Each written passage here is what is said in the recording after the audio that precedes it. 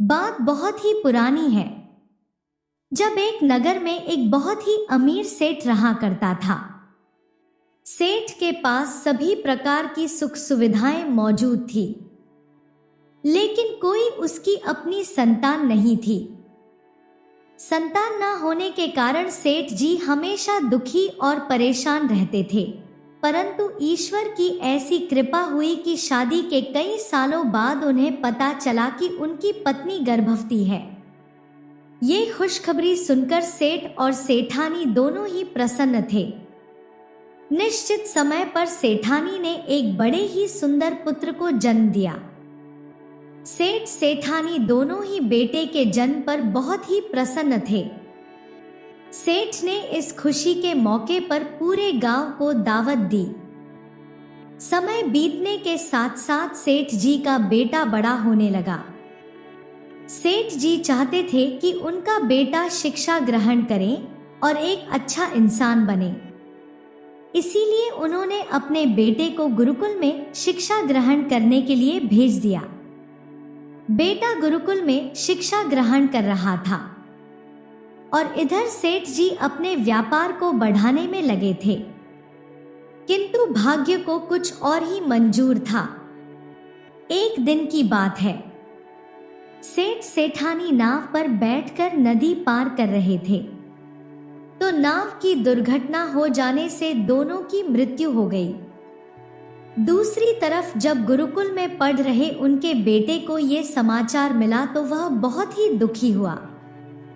उसके मन में तरह तरह के बुरे ख्याल आने लगे, जिसका परिणाम ये हुआ कि वो अपनी शिक्षा पूरी किए बिना ही गुरुकुल से भाग गया।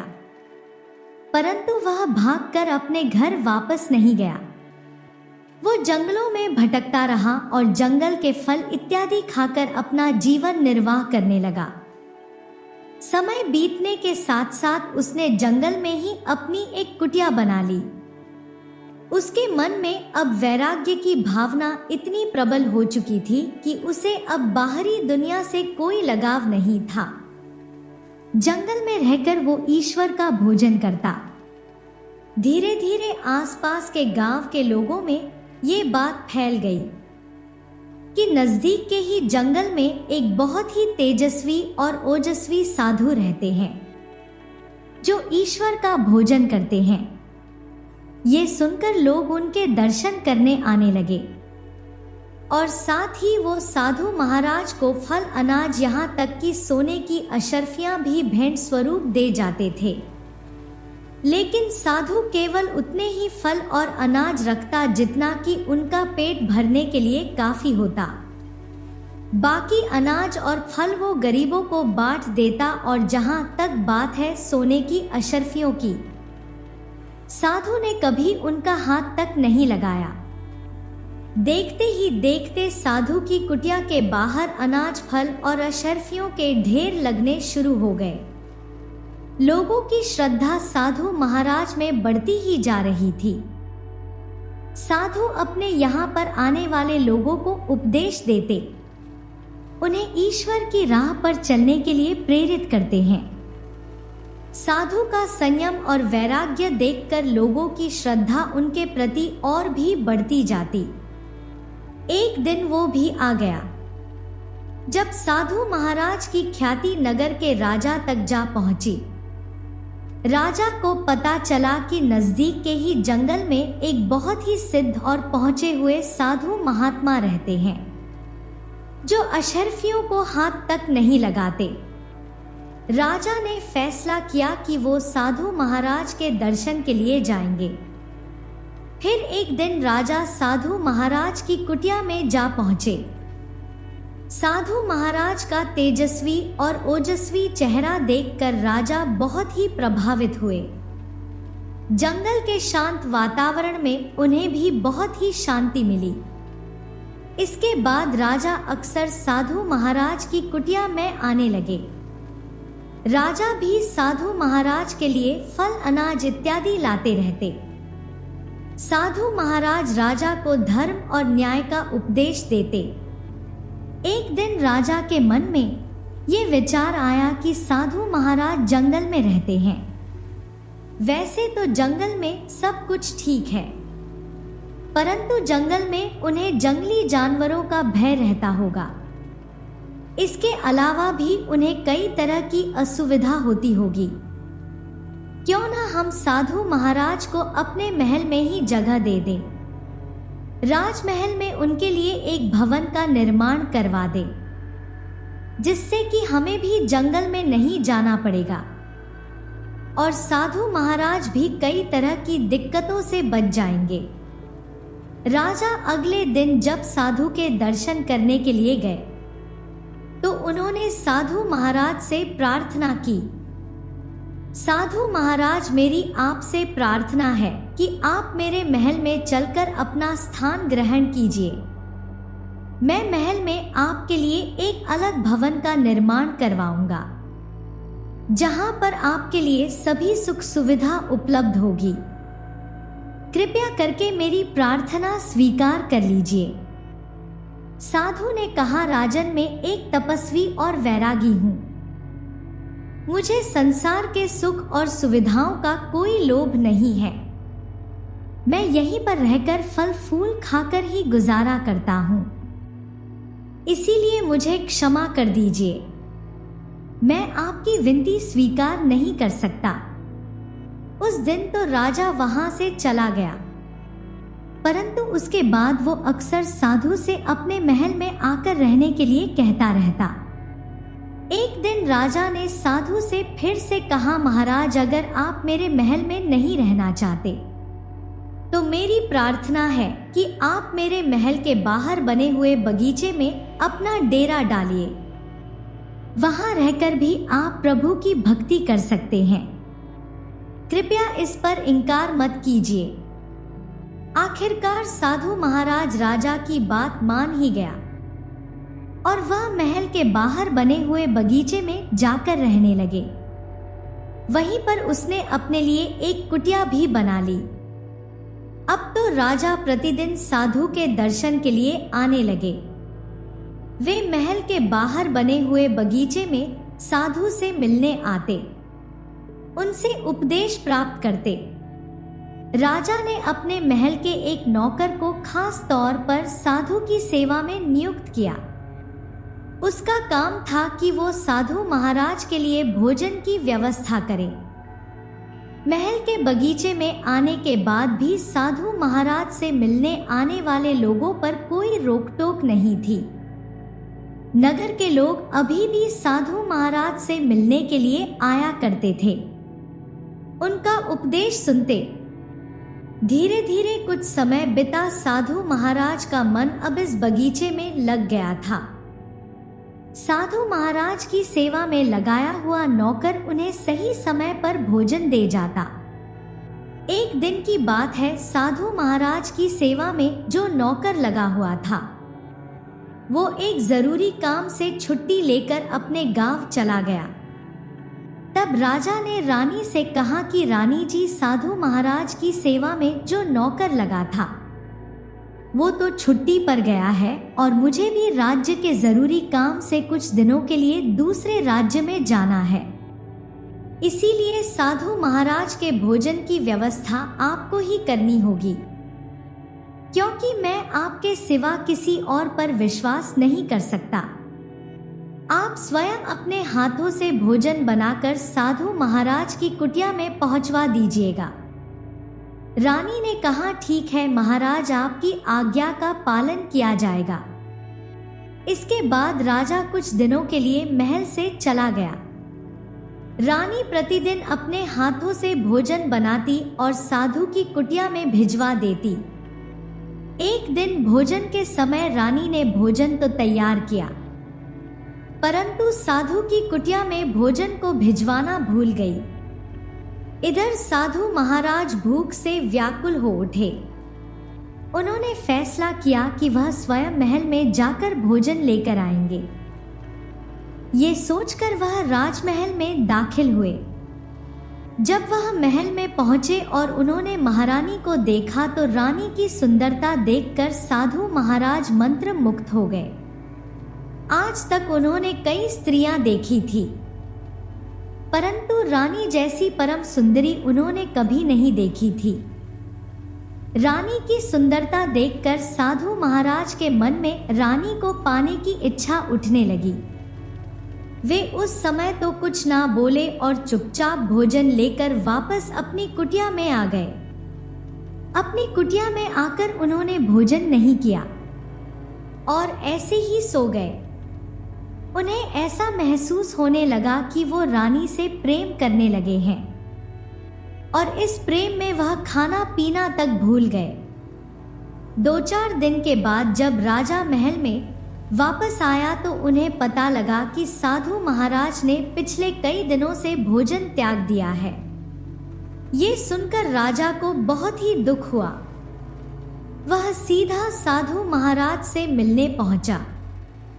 राजा ने हाथ जोड़कर कहा, महात्मा, आपने खाना पीना क्यों छोड़ दिया है? क्या मुझसे कोई भूल हो गई?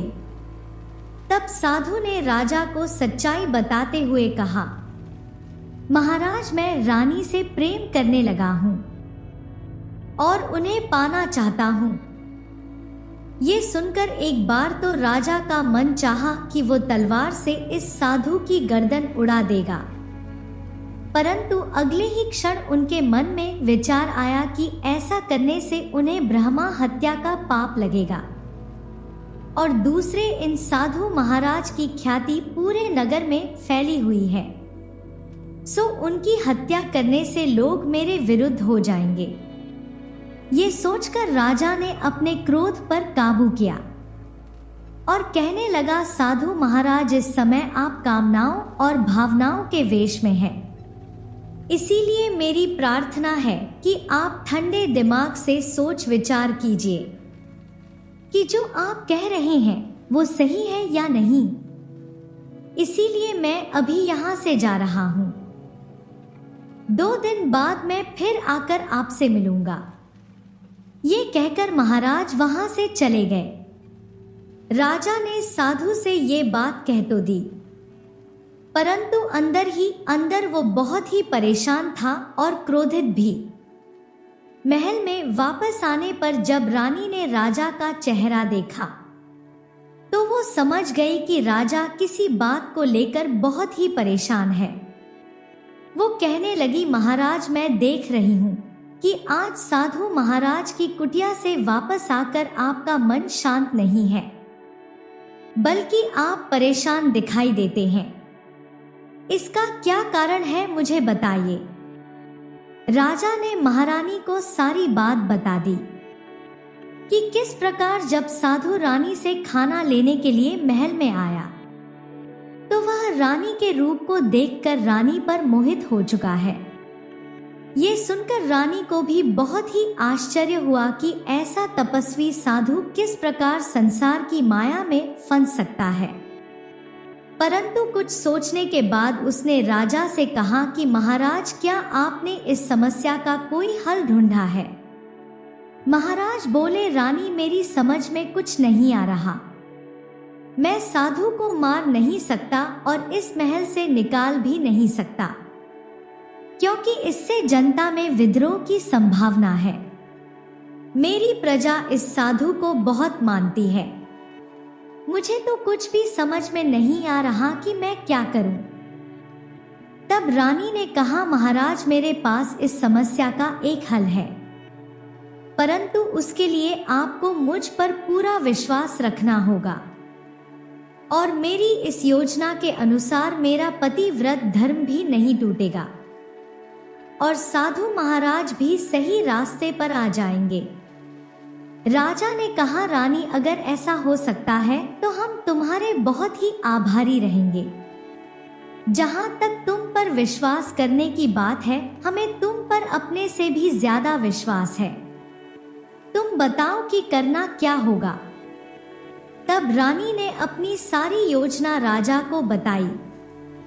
योजना के अनुसार अगले दिन राजा साधु महाराज की कुटिया में गया और हाथ जोड़कर कहने लगा, महात्मा, मैंने रानी से आपके बारे में बात कर ली है। वो आपके साथ आकर रहने के लिए तैयार है।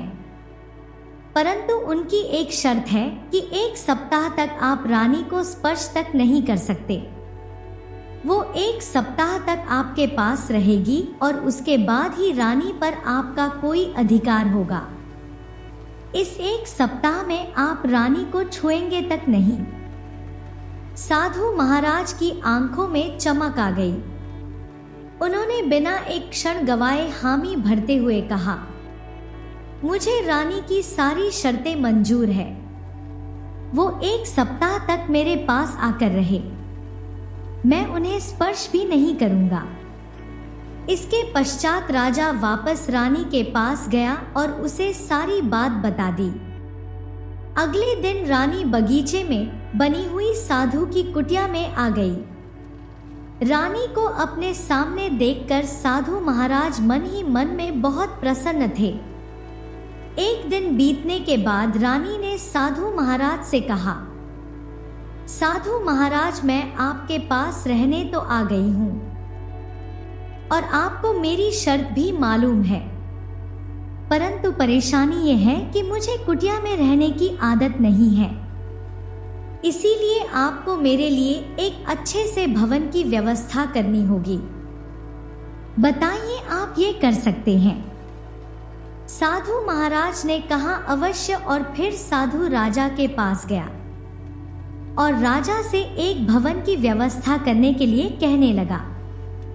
राजा ने एक भवन की व्यवस्था अपने महल में ही करवा दी और फिर साधु और रानी उस भवन में जाकर रहने लगे। 2 दिन और बीत गए तो रानी ने साधु महाराज से एक बार फिर से कहा, साधु महाराज, ये भवन तो ठीक है, परंतु आपको मेरे लिए नौकर चाकर की व्यवस्था करनी होगी, क्योंकि मैं काम करने की आदी नहीं हूं। ये सुनकर साधु एक बार फिर से राजा के पास गया और राजा से प्रार्थना की कि उनके महल में नौकर जाकर भेज दिए जाएं। राजा ने बिना किसी देरी के अपने कई नौकर साधु के भवन में पहुंचा दिए। 1-2 दिन और बीते और अब 1 सप्ताह पूरा हो गया था। इस पूरे सप्ताह में साधु ने रानी को छुआ तक नहीं था, परंतु इस बीते 1 सप्ताह में साधु महाराज ने अपने भक्तों से मुलाकात भी नहीं की थी। वो पूरा सप्ताह भवन में ही रहे। ना तो उन्होंने ईश्वर की भक्ति की और ना ही लोगों को उपदेश दिया। आज जब 1 सप्ताह पूरा हो गया, तब साधु महाराज रात के समय रानी के पास गई और रानी का हाथ पकड़ने की कोशिश करने लगे। तब रानी ने हैरान होकर ऊंची आवाज में कहा, आप कौन हैं और मेरे भवन में क्या कर रहे हैं? साधु ने कहा, ये तुम क्या कहती हो रानी? हम वही साधु हैं जो तुम्हारे महल के बगीचे में रहते हैं। तुमने हमें वचन दिया था कि 1 सप्ताह के बाद तुम मेरी हो जाओगी। तब रानी ने कहा, नहीं साधु महाराज, आप वो साधु नहीं हैं जो महल के बगीचे में रहते थे। वो तो एक बहुत ही तपस्वी और बैरागी साधु था जो हमेशा ईश्वर की भक्ति में लीन रहता था, मोहमाया के बंधनों से मुक्त था और अपने भक्तजनों को उपदेश भी देता था। परंतु मेरे सामने जो एक साधु खड़ा है, वो तो मेरे रूप के मोह जाल में फंसा हुआ है। वो ईश्वर से दूर है और अपनी कामनाओं को पूरा करने के लिए किसी भी हद तक जा सकता है। साधु महाराज, अगर आप मुझे पाना चाहते हैं तो मुझे वही पुराने वाले साधु महाराज से मिलवाइए। साधु ने जब रानी की ये बातें सुनी तो वह शर्म से पानी पानी होने लगा। उसकी अंतरात्मा उसे धिक्कारने लगी। रानी ने आगे कहा, साधु महाराज, मैं जिस साधु महाराज को जानती थी वो लोगों को उपदेश देने वाले और उनके भलाई चाहने वाले थे। विषय वासनाओं पर वो विजय पा चुके थे और एक महान पुरुष थे, परंतु आप वो नहीं हैं। आप तो स्वयं इस समय विषय वासनाओं में फंसे हुए हैं। रानी का कहा हुआ एक एक शब्द साधु महाराज के अंतःकरण पर चोट कर रहा था। उन्हें ऐसा महसूस होता था जैसे कोई चाबुक लेकर उनकी चमड़ी उधेड़ रहा हो। शर्म के मारे साधु महाराज आंख नहीं उठा पा रहे थे। तब साधु महाराज ने हाथ जोड़कर रानी से कहा, रानी साहिबा, कृपया अपने शब्दों के बाण से मुझे अब और घायल मत कीजिए। मैं आपका बहुत ही आभारी हूँ कि आपने मुझे मेरे सही स्वरूप का ज्ञान करवाया और मुझे एक पाप कर्म करने से बचा लिया। आप जैसी देवी को मैं प्रणाम करता हूँ। आप मुझे क्षमा कीजिए, साथ ही साथ मैं आपको धन्यवाद भी देता हूँ कि आपने मुझे सही दिशा दिखा दी। अब आप मुझे आज्ञा दीजिए, मैं वापस जंगल में जाकर अपनी कुटिया में रहना चाहता हूँ। वही स्थान मेरे लिए उचित है। एक बार फिर से मैं आपसे क्षमा मांगता हूँ। इतना कहकर साधु महाराज वहां से निकल गए। जंगल में वापस जाने से पहले वो एक बार राजा के पास गई और हाथ जोड़कर राजा से क्षमा मांगते हुए बोले, राजन, मैं आपका क्षमा प्रार्थी हूँ। मैं एक बहुत ही बड़ा अपराध करने जा रहा था, परंतु रानी साहिबा ने मेरी आंखें खोल दी। कृपया आप भी मुझे क्षमा कर दीजिए। राजा ने कहा, साधु महाराज, मुझे खुशी है कि आपकी आंखों पर जो विषय वासनाओं का पर्दा आ गया था वो अब हट चुका है, और आशा करता हूँ कि आप आगे भी हमारी प्रजा को अपने उपदेशों के द्वारा सही मार्ग दिखाते रहेंगे। साथ ही साथ मैं वचन देता हूँ कि ये जो घटना हुई है वो रानी मेरे और आपके सिवा किसी को मालूम नहीं होगी। इसके बाद साधु महाराज वापस वन की ओर प्रस्थान कर गई। एक बार फिर से वो अपनी कुटिया में रहकर ईश्वर की भक्ति करने लगे। दूसरी तरफ राजा ने अपनी रानी की इस समझदारी के लिए उसकी बहुत ही प्रशंसा की। इस तरह से रानी ने अपनी बुद्धिमानी से रास्ते से भटके हुए एक साधु को वापस सही रास्ता दिखला दिया।